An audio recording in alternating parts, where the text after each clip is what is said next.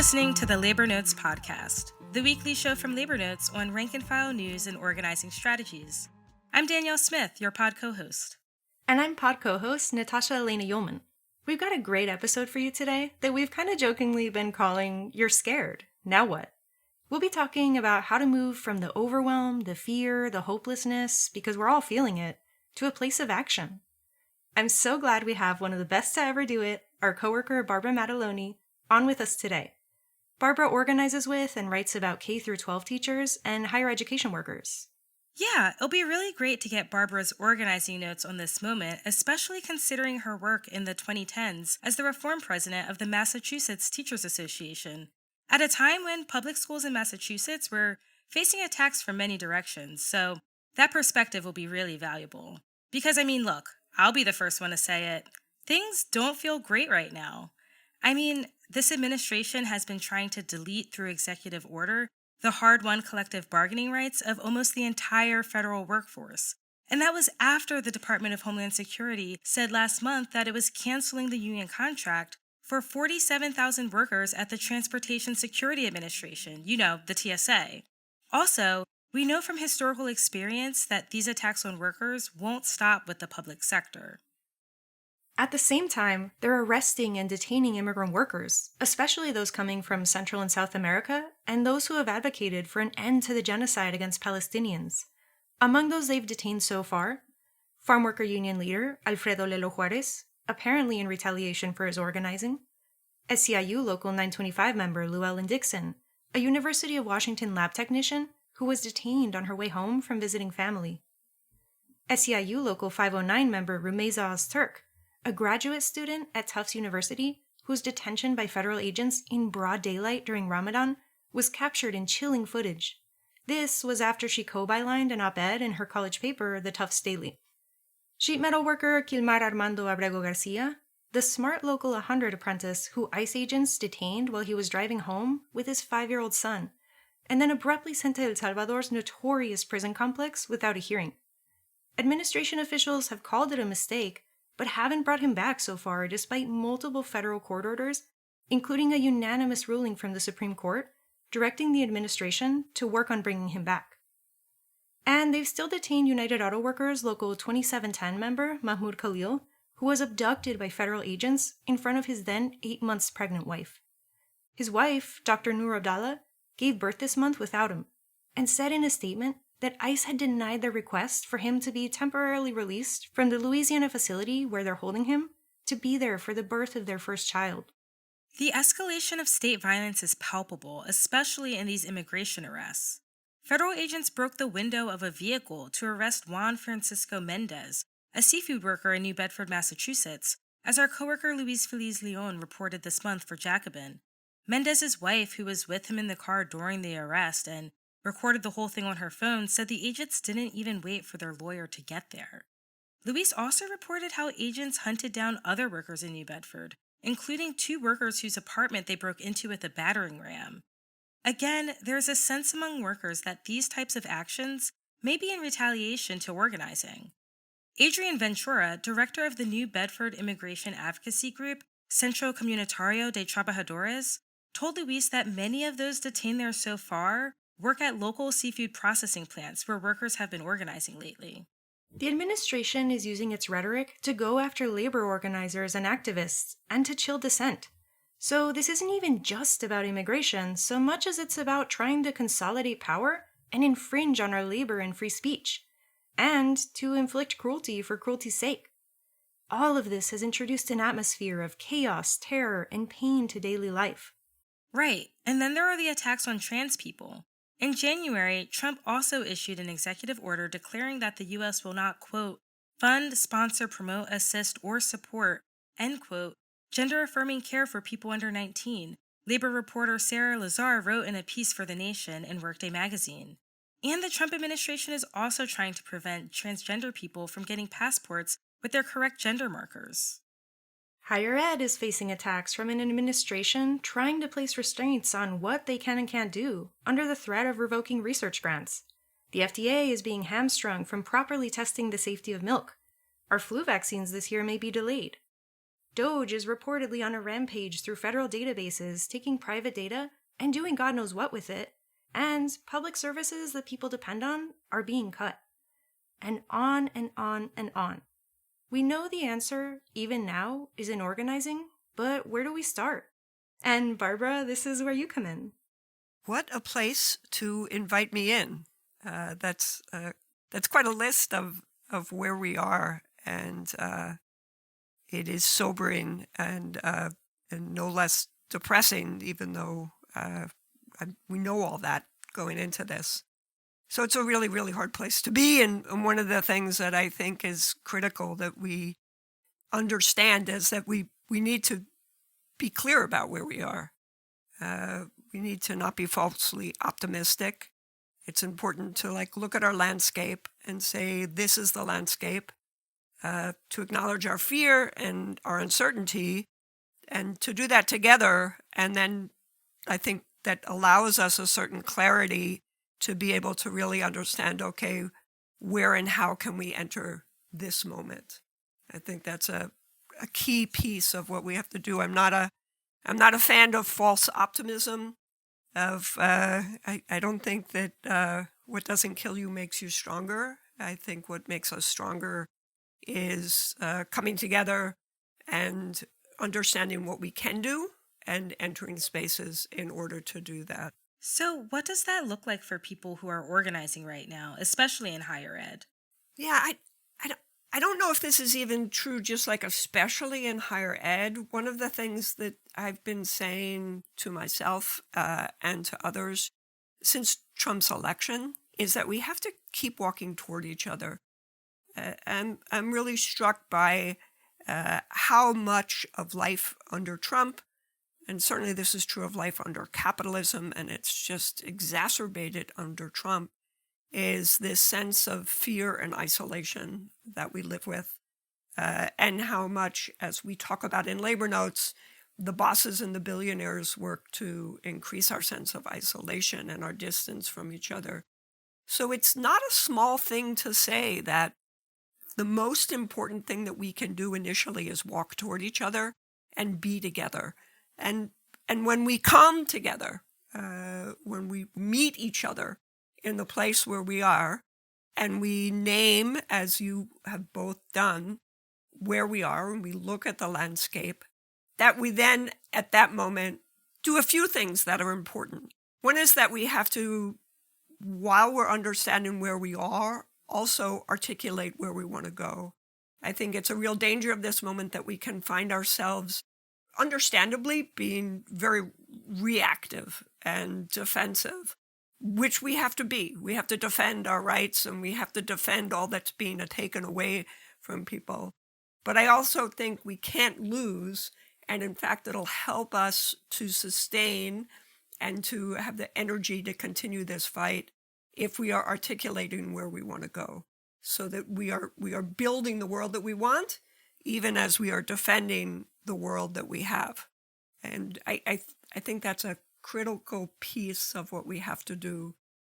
And in higher ed, what that has meant, since you asked me about that specifically, is in places where workers are organizing in higher ed, they're not just saying, we want to make sure that we have our NIH funding, we want to protect those who are speaking out on our campuses, but they're also saying, we actually want to make sure that we grow and develop public higher education as a liberatory space. And part of what's powerful about what we can do in this moment, not to be falsely optimistic, but to recognize the power of what we can do, is that by coming together and articulating what is happening, how we're going to take that up, and what we are fighting for, in the very act of doing that, we are doing what they are trying to deny us. And so we're becoming the movement that we want. We're becoming the world that we want when we do that. Thank you. That's a really great way of thinking about it. So just thinking on a practical level, in this time of pain and disorientation on a mass scale, what do you think would be a good framework for how to think about putting together organizing meetings and having conversations? Part of what we have to understand is that we're not going to be able to do everything all at once. And in this moment when there's so much coming at us, we can feel either that we have to do everything all at once or we can't do anything.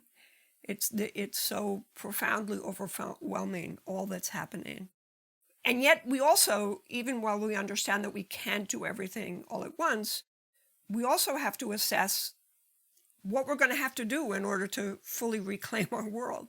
So there's this sort of contradiction that we have to name and acknowledge, that we are coming here today to begin a conversation, to build the relationships that we're going to need in order to name what's happening to us and begin to identify entry points to push back. And it's very small. And yet it is a necessary piece for what we're going to need, which is something very big that we don't even completely understand yet, because we're still coming to terms with understanding the forces that are against us and how they're going to respond. So I think it's important as organizers, when we're bringing people together, to just sort of name that that's the case, to not deny that we have to go somewhere that's big and powerful, but to not act as if we're going to jump there. As our coworker Louise said in a meeting yesterday, we have to go slow fast is what we have to do. We have to have a sense of urgency, and yet we can't miss a step. And that's part of what's so difficult about where we are. But I think one of the things that we have to really wrestle with, like right now, and May Day's coming up, is how do we bring people into a level of action that has a next step after it? We talk all the time about escalating actions. More than ever, I think we have to have a clarity when we are organizing with people that we are doing this today, and then we're going to do the next thing tomorrow or next week. Otherwise, I worry that people are deflated because our actions right now are not going to change any. Well, they're not going to change everything. They do matter, and we have seen changes because there's been some pushback. But we need to have we need to bring people in and give them a sense of the horizon that we're walking on, while also saying, let's commit to this first step. We have to live in both of those places at the same time. Barbara, you wrote a piece for our website this month about the Higher Ed Day of Action on April 17th, which was organized under the banner of free higher education and involved close to 200 events across campuses around the country. What struck you about those actions? And there were a few things that struck me about those actions. One was when I was on one of the organizing calls for this Day of Action. Bill Mullen, who's one of the faculty members who helped to organize this, said very clearly, this is a part of a series of escalating actions. And so framing it that way, I was impressed by that. As I just said, I think that really matters, that this was not a one-off. They were unclear about what the 2-off or the 3-off was going to be, but they understood that there needed to be a next step, and that was being communicated to the people that were organizing. The other thing that they did was, I just love the tagline, free higher education, because you could make that what you wanted it to be, as in a verb, free higher education from all that Trump is doing to it. Free higher education should be free to everybody. Free higher education as an adjective to say that higher education has to be a place of freedom and possibility. And I think because they were able to do that, they were able to bring in people who are understanding this action in a variety of different ways.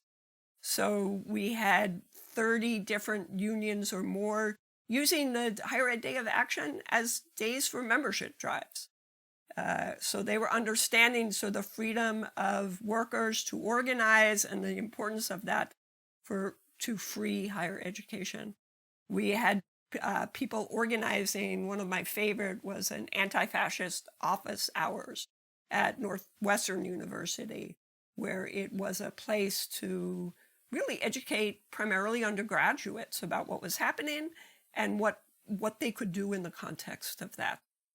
So it was a space that it was structured enough that people knew that this was a day of action. They knew that they were part of a broader community. There were toolkits, there were examples.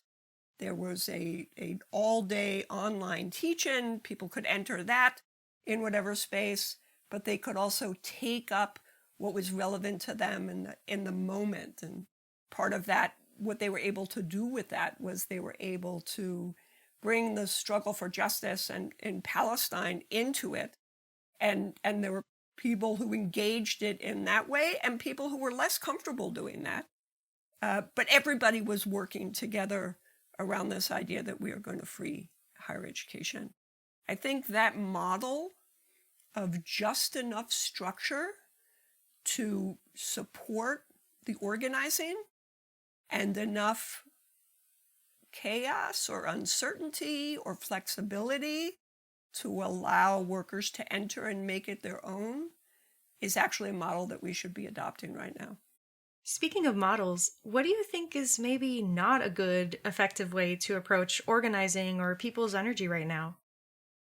What people don't need is to have labor leaders or pundits tell them what to do or describe to them ad nauseum what's happening. And I'm a little bit careful saying that because I do think it matters to help people develop an analysis that connects the various forces that are working here.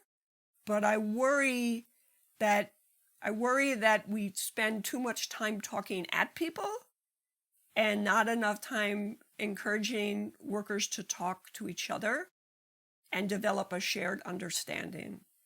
One of the things that I talk about in the Slingshot that was just published is that when I was president of the MTA and we had 37 gatherings of members over 5 months, we invited those members to talk to each other, not to talk to me as the president, but we got them in groups to talk to each other and talk about how did they understand what was happening in public education, what was something they wanted to change, and what could we do to begin to change that. And it was so moving to me to watch members teach each other. And so I think that the inclination to tell people, which is ironic as I'm being interviewed and telling things, but the impulse to tell people is contrary to what we need. People know they're making sense of things themselves. We need to continue to create opportunities for workers to teach each other, identify issues together, and identify actions and strategies for building the power that we're going to need to win. The Slingshot piece Barbara mentioned is titled, What Do We Do Now? First, Gather to Talk, which we ran on our website on April 28th. It will also be in our upcoming May issue of the Labor Notes magazine. Barbara, you mentioned May Day earlier, and by the time this episode airs, we'll have seen May Day events across the country. But as you said, we can't just have the action end there. What steps can we take to carry that energy forward beyond just one day? Well, I think that one of the things that has to happen when we gather is that we have to understand that we're building networks and connections with each other, and we have to repeat those.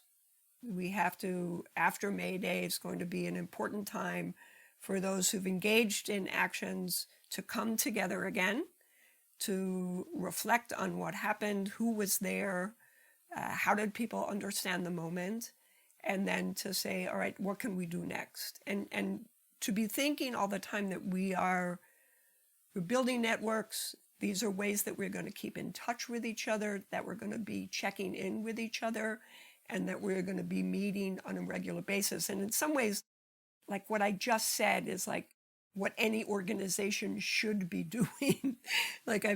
That's what organizing is.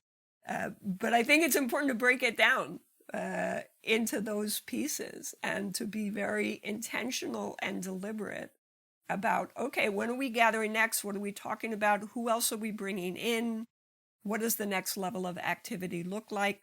Who else is doing this work that we should be in touch with so that we eventually, not immediately, but eventually are going to be able to merge our efforts and have the power that we need. That's the sort of very deliberate, intentional work that we need to do, like within our organizing spaces, whether that's in our local unions or our caucus, or maybe it's a regional union gathering, and then also be aware of broadly how are we going to connect those pieces without rushing it, without skipping those first steps, which is that we have to bring more people in. And I guess part of what I feel very strongly is that, as I said earlier, people are looking for a space to go. People are looking, and it's up to labor unions, and if labor union leadership won't do it, it's up to the rank and file to do it, to create a space to say, come here, let's figure this out. Thank you so much. Closing out, do you have any words of advice for people who are scared in this moment on moving from fear to action? Well, first of all, it's entirely legitimate to be afraid. It's a scary, scary moment. And I think naming that fear with each other is important. I do think that we overcome fear when we have built relationships in solidarity and walked together, walking literally and metaphorically. And so I don't think we can say ahead of time, this is when we will be ready to cross the line beyond fear. I think any collective of people discovers that together. If you look at strike activity, like workers walk themselves to a strike through escalating actions, through conversations, and with the help of the bosses and the billionaires by getting people angrier and angrier about how they respond to our protests. And so, like, committing to the work that we have to do together is the first step, and then just staying committed and moving together. Eventually we'll come to the line where we will recognize that, okay, we're going over this line together. Not to overly anticipate that. When people call for strikes, then you call for strikes without having walked together, you're going to get fear and caution. You walk together and you talk about, what are we going to do? I guess we're going to have to go on strike. We can walk together across the lines, and we're going to have to cross some lines. That's the level of power we're going to need. We need to understand that capital has always responded to our real collective power with state violence. We need to really seriously prepare each other for that. And we do that through the strength of our collective actions on the way to that. Thank you so much, Barbara. I'm so happy that we get to walk together and talk together on the podcast. That's our episode today. Before we close, a couple quick announcements. May is our fundraiser month for Labor Notes. Regular donations are how we sustain this work. The stories, the workshops, the conferences, and even this podcast. Consider becoming a monthly donor or making a one-time donation at labornotes.org/donate. On upcoming events, we have our next session of What to Do When the Union Breaks Your Heart on Tuesday, May 6th, and our next Stewards Workshop on the topic of Thinking Like an Organizer will be on May 28th. You can sign up at labornotes.org/events, where you can check out some of our in-person events coming up in Portland, Oregon, where we have a Troublemaker School tomorrow, Saturday, May 3rd, and later on in New Orleans and in the Bay Area. If you're a K-12 educator, consider coming to the UCOR conference in July. Please rate us or leave us a review on Apple or Spotify. If you're listening to us on Podbean at labornotespodcast.podbean.com, download our episode. The Labor Notes podcast is produced by Danielle Smith, Sindhu Sundar, and myself. Our title music was written and performed by Labor Notes Labor Climate Organizer Keith Brower Brown. See you next week. Solidarity, y'all.